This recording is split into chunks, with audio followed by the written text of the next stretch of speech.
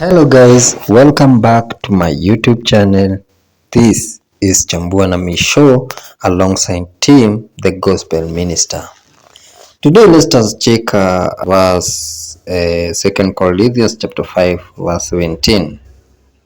Inasema, what this means is that those who become Christians become new person. They are not the same anymore. For the old life is gone and new life has begun.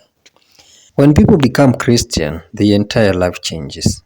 This doesn't mean that they dress differently, drive new cars, ama they change hairstyle, ama walking styles in a change z. Rather, it means that the new believers are cleansed of their sins and given a new reason of living. They also begin to look at life from God perspective. Unajua sometimes unakutanga mtazamo wa vitu inakuwa tofauti.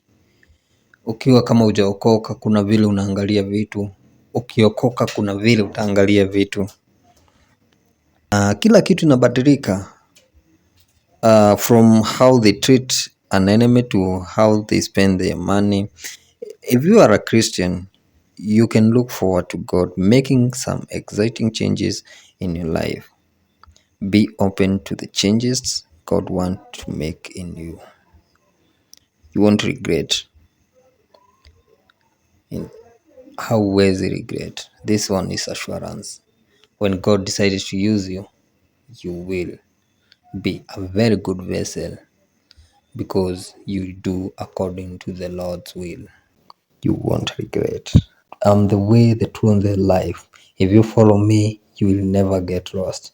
He is the right. So let us also make our light tuitoe chini ya kitanda tuiweke pale juu ionekane, so that at least we can always magnify his holy name.